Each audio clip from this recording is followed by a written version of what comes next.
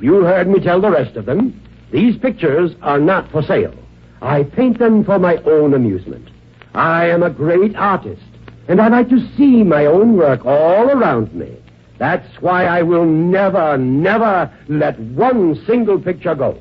Now, if you've got any ideas you're going to steal one of my pictures, just get it out of your head. And another thing, that gun of yours doesn't frighten me one bit. It doesn't frighten me one... Why, you... missed. Oh.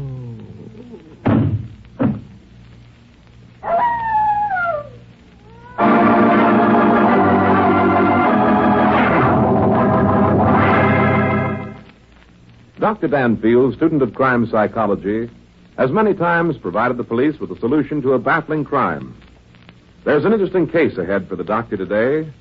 We'll call it Death Paints a Picture.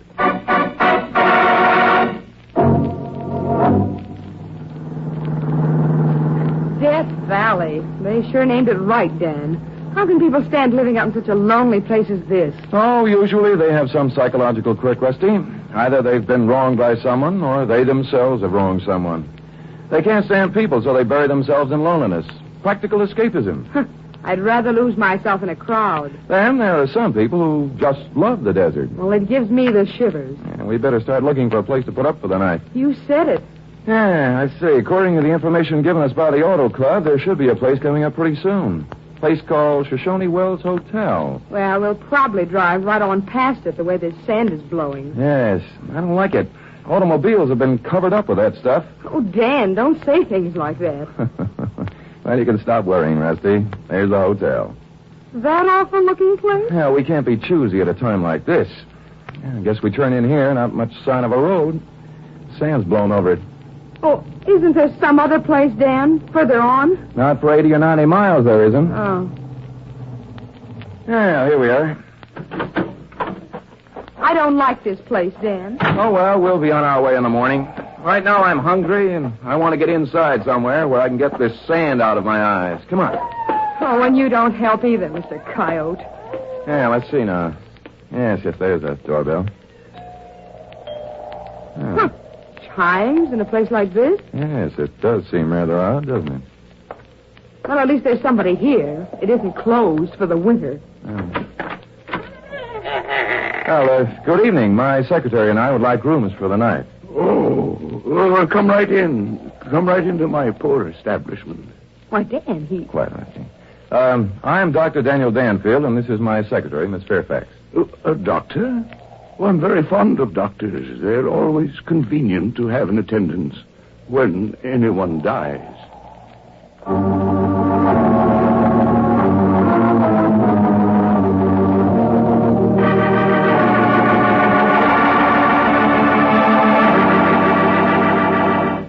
In a moment, we'll return for the second act of Danger, Dr. Danfield, but first...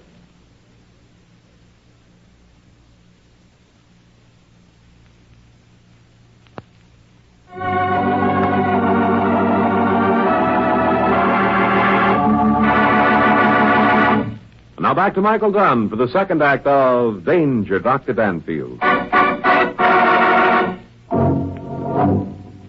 And my name is Borax Bedlow. Well, we're very glad to meet you, Mr. Bedlow. Especially with this dust storm blowing up. Believe me, your hotel is a haven indeed. Yes, dust storms. I'm very fond of dust storms, Doctor. There'll be many dead things in the morning. Dan, don't you think we'd better... Oh, don't be frightened, young lady. Death is a very common occurrence here in Death Valley. That's not a misnomer, you know. You're cheering me up no end. If you'd care to join us, dinner is now being served. Yes, indeed, we would. Follow me. Dan, this place is screwy. That Borax Bedlow with that old tobacco-stained beard and that cultured voice, they don't fit. Well, the desert breeds strange creatures, Rusty. Here we are, Doctor. Yeah. You and Miss Fairfax may sit at the foot of the table. We serve here family style. Thank you. Thank you, Mr. Bedlow. And now I would like to make you acquainted with the rest of my guests. Miss Fairfax and Dr. Danfield, Sue Pierce. How do you do? Miss Pierce? Mrs. Oh. And her husband, Mr. Harvey Pierce. Oh, good evening. Mr. Pierce is a landscape painter, Doctor. He's here to do desert scenes. Oh? I'm very fond of desert scenes. I'm a great admirer of Remington. Remington? Bah, a mud dauber. I am the greatest landscape artist who ever lived. You should see his latest, Dr. Danfield, a picture of a dead cow. I should have to. Ugh. Rusty, are you turning Indian? And this is Mr. Kenneth Wakefield. I'm an art connoisseur, Doctor. I came here expressly to buy some of Pierce's paintings. They're really good, you know. Buy my paintings? Never. They're mine to admire and enjoy. Everybody in this place is more than slightly nuts. Rusty, please. And this is Jerry Meade. How do you do, Miss Fairfax? I'm delighted to see another of the fair sex in our midst. Really, you're quite beautiful, you know. Well, you don't lose any time starting to work, do you, Mr. Meade? Not me. I believe in cutting all corners. Yes, and I believe in cutting all comers. That should put you in your place, if you have one, Jerry. Oh, you know I'm only kidding with her, Sue. Yes, you'd better be only kidding. Tell me, what is your business, Mr. Meade? I'm a prospector. I'm searching for that filthy thing called gold. You, a prospector? I thought all prospectors were old and had whiskers and rode mules. Well, not all of us, my dear. You see, I studied metallurgy in college, and I've come out here to put some of the new methods to a test. Struck pay dirt yet? No, but I'm getting pretty close to it. Well, Mr. Meade doesn't stop at my establishment, just takes his meals here. He has a cabin of his own out back about a quarter of a mile. Well, I must say you have a very interesting little group here, Mr. Bedlow. Yes, indeed, Dr. Danfield. And now may I start carving the lamb? It's very fresh. I killed it myself this morning. Dr.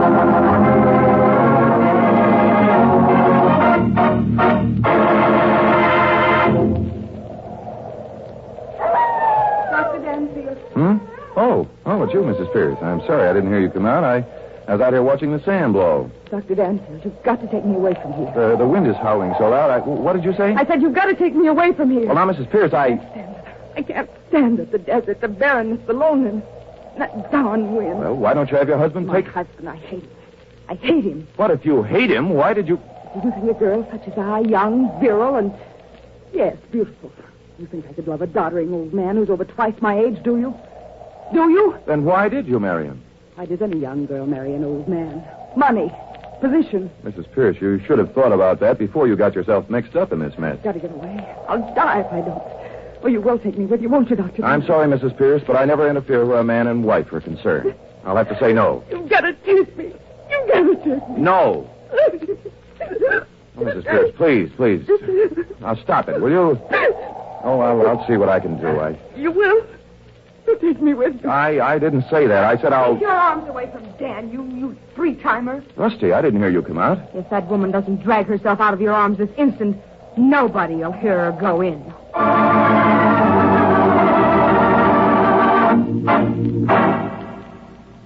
Now, look, Pierce, you've simply got to sell me that painting, the skeleton of the cow. I'm at liberty to offer you $20,000. I've told you before, Mr. Wakefield, my paintings are not for sale. But why? Why, just look at these walls, literally covered with your work. Yes, just look at them. My babies, my creations, every one a masterpiece. And to think I did them all myself. And you ask me to sell them? Bah! Well, but I'm only asking for one, and $20,000 is a lot of money. Money? What is money compared to a great art? Well, money means something to me, even if it doesn't to you. I have a client who wants that picture. If you won't sell it, I stand to lose a good profit. And I won't sell. That's your last word? My last word is no. You stubborn old cuss. You may be nearer to your last word than you think.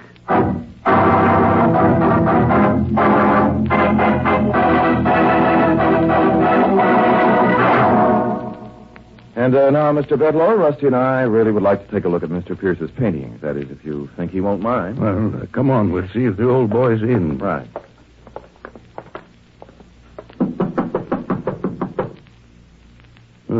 It doesn't seem to be. He just went out. Come on, I'll show them to you. Well, maybe he doesn't care to have us look at them. Oh, not Pierce. He loves it. He does this quite often. Does what? He sneaks out of the room when anybody's looking at his paintings and listens into what they say on the other side of the door. How odd. Queer is the word. He's a vain old chap. I should warn you, don't say anything detrimental to his work. Well, come on. Right.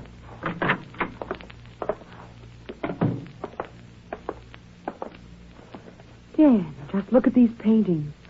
Must be at least 50. Yes.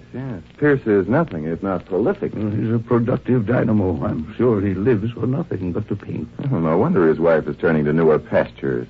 The old fellow can't have very much time for her. Not and do all this, too. She'd better stay in her own backyard if she knows what's good for her. Oh, careful, the old chap will hear you. Oh, by the way, Mr. Bedlow, which is the one you admire so much?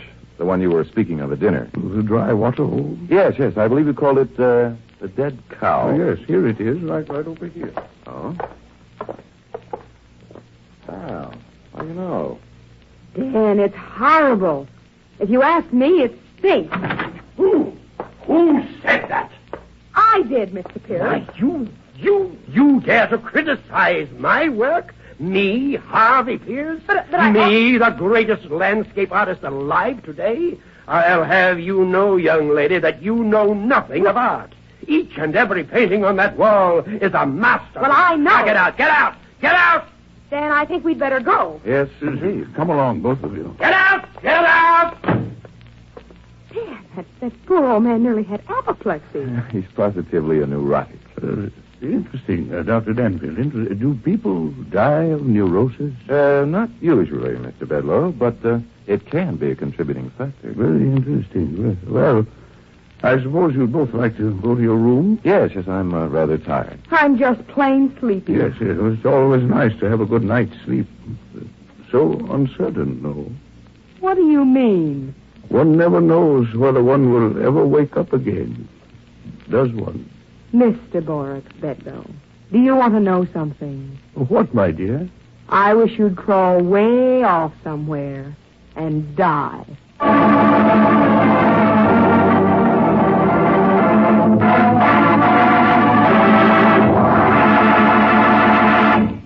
In a moment, we'll return for the third act of Danger, Dr. Danfield, but first...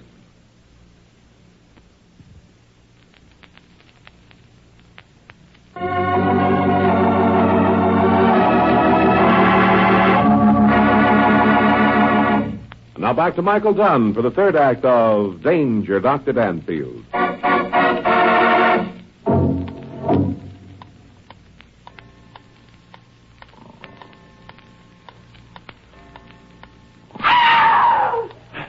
What the dickens? Oh, I wonder who that is. Where are my shoes? Dan,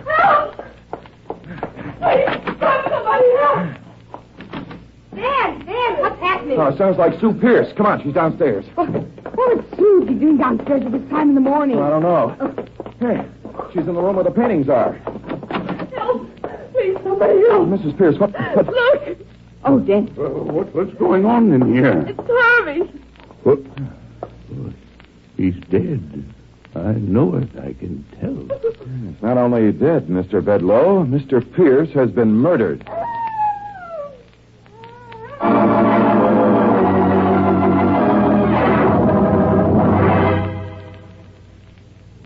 Everybody here, Mr. Bedlow? Yes, indeed. Everybody, that is, except Jerry Meade. He lives in the shack out back, you know. Well, I wouldn't bother sending out for him. I can talk to him in the morning. Oh, this is terrible, Dr. Danfield.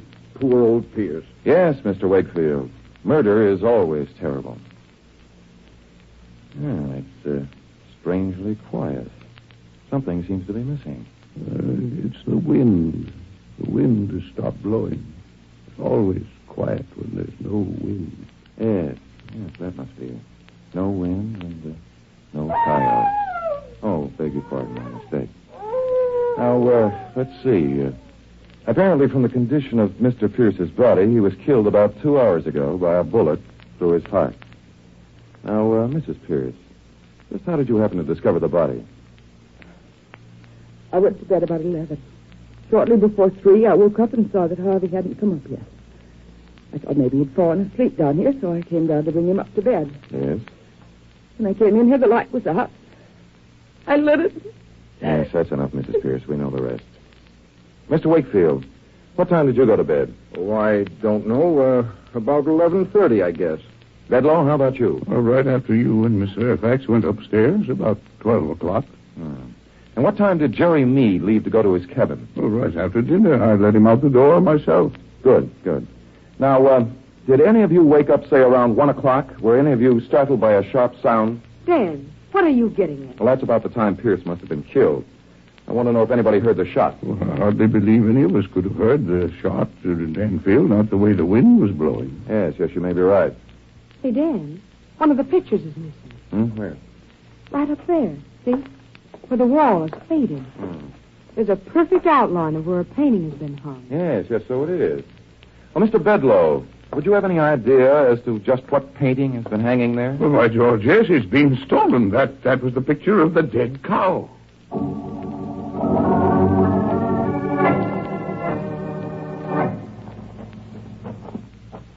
Well, it's a beautiful morning, huh, Rusty? It's hot. Oh, well, you've got to expect a little heat on the desert, especially in Death Valley, you know. This is silly, walking around before breakfast. Well, do you good. Work up an appetite. Good fresh air. Just look at that sand, Rusty. Just like driven snow. A gray, clean, windswept carpet. Not a blemish or a mark on it. Waves of sand. Yep, and pretty soon a bunch of animals called men will come out and muss it all up again, just like we're doing right now. Say, that must be Jerry Mead's cabin way over there. Yeah. Looks like he has already come over for breakfast. How can you tell that? Footprints, silly. See that unbroken line of footprints coming from his cabin? Oh, sure, I see them. And as there is only one set of footprints, and they're coming this way, none going back, I therefore surmise that Jerry has arrived for breakfast. Wouldn't take a hawkshaw to figure that out. Yeah. Morning, Dr. Danfield. Miss Fairfax. Out taking Constitution? Oh, just getting in the mood for some of your ham and eggs. Got the murder figured out yet? No, but I'm working on it. Oh, say, would you mind sending Jerry Mead out? I'd like to have a little talk with that boy. Jerry Mead? Yes. Send him out, please, will you? Well, I'm afraid I can't send him out. Jerry hasn't come over from his cabin as yet.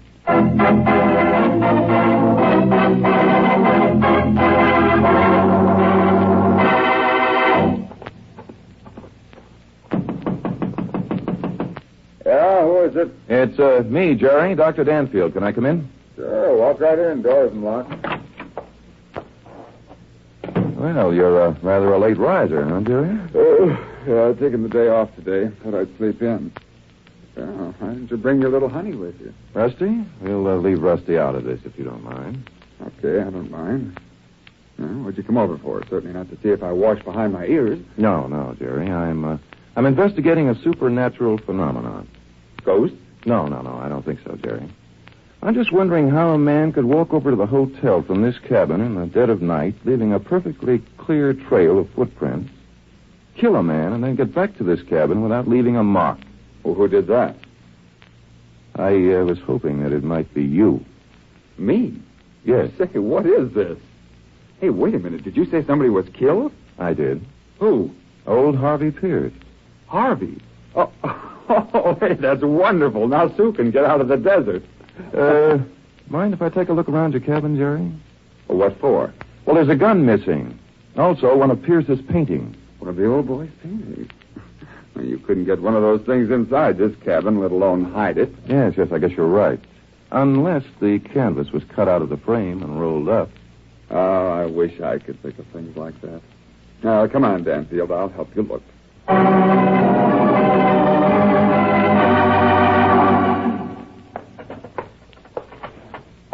What are we looking for now, Dan? The missing gun, Rusty. Oh, be careful how you pull out those drawers. Old Borax will hear you and come a-running. You think Borax did it? No, but I'm not passing up any chances. What I can't figure out is what happened to that picture. We've looked everywhere. Simply can't hide anything that big in a place like this. Maybe they cut it out of the frame, like you said. Well, then what happened to the frame? Well, maybe they burned it. Where are the ashes? We've looked everywhere. Maybe they buried him in the sand. I couldn't do it, Rusty. Not if the murder was committed like I think it was. After the wind had gone down, there would be a big mark on the sand where they buried it. And a set of footprints to and from the place. Huh. Dan, are we dumb? What brought on that remark? We've been looking in all these dresser drawers for a gun. Yes? And here's one lying right on top of the dresser. Right back here by the mirror. Well, what do you know? Well, our murderer is a far cleverer man than I imagined. What makes you say that? Well, if this is the murder weapon he is, he hid it by not hiding it at all. No one ever looks where you don't have to look, you know. Let's see now. Yes, it's been cleaned recently. What does that prove? Only that it's probably been used recently. Oh. 2 empty shelves. Very careless of him. Yes, I should think he would have replaced them. Well, most likely this wasn't his gun. It's an old Type 44. Shells of this type are hard to obtain. If it was his own gun, he would have had some. Wait a minute, Dan. 2 empty shells. Hmm? There was only 1 wound in Mr. Pierce's body. Yes. Yes, and that clears up a lot of things, Rusty, I think. That and the smart way our friend had of hiding things. Come on, Rusty, let's get this mob all together in Mr. Pierce's studio. As we say in geometry, QED. This case is solved.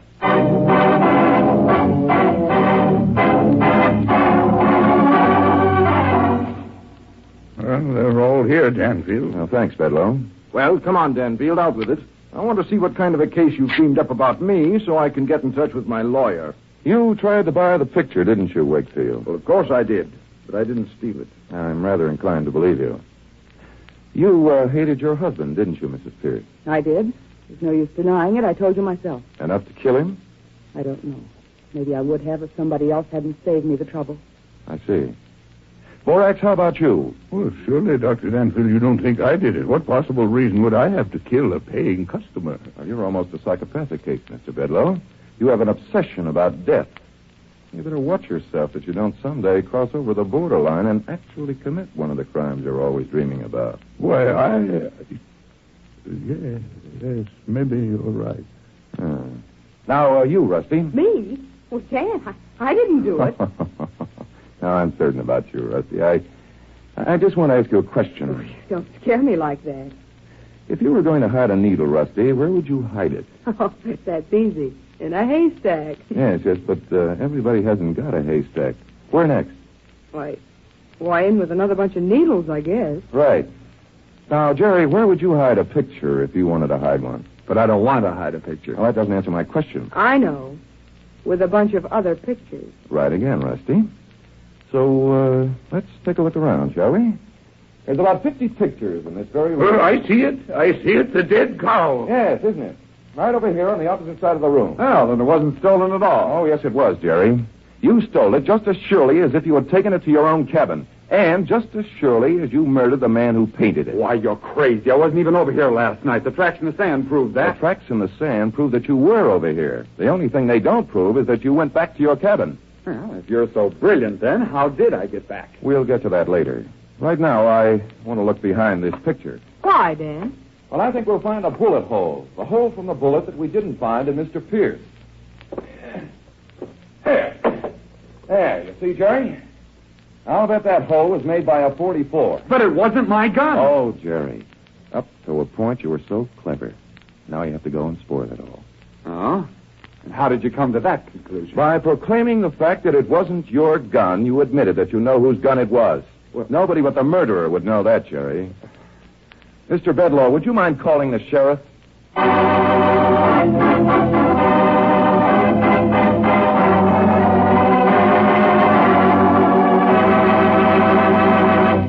In a moment, we return for the conclusion of Danger, Dr. Danfield, but first...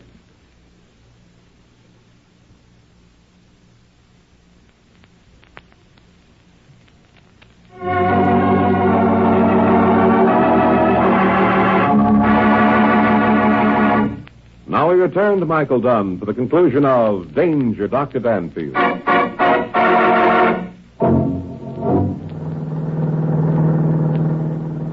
You know, Dan, you're the luckiest guy. Oh, what do you mean, lucky? Why, if that Jerry hadn't made that crack about the gun, you never would have found out. Oh, you think so, Rusty? Of course. Now, why don't you admit it? Are you forgetting the footprints, Rusty? The single track pointing right from Jerry's cabin to the hotel? What about those footprints? Well, Rusty, here's what happened. Jerry came over to either buy or steal that painting.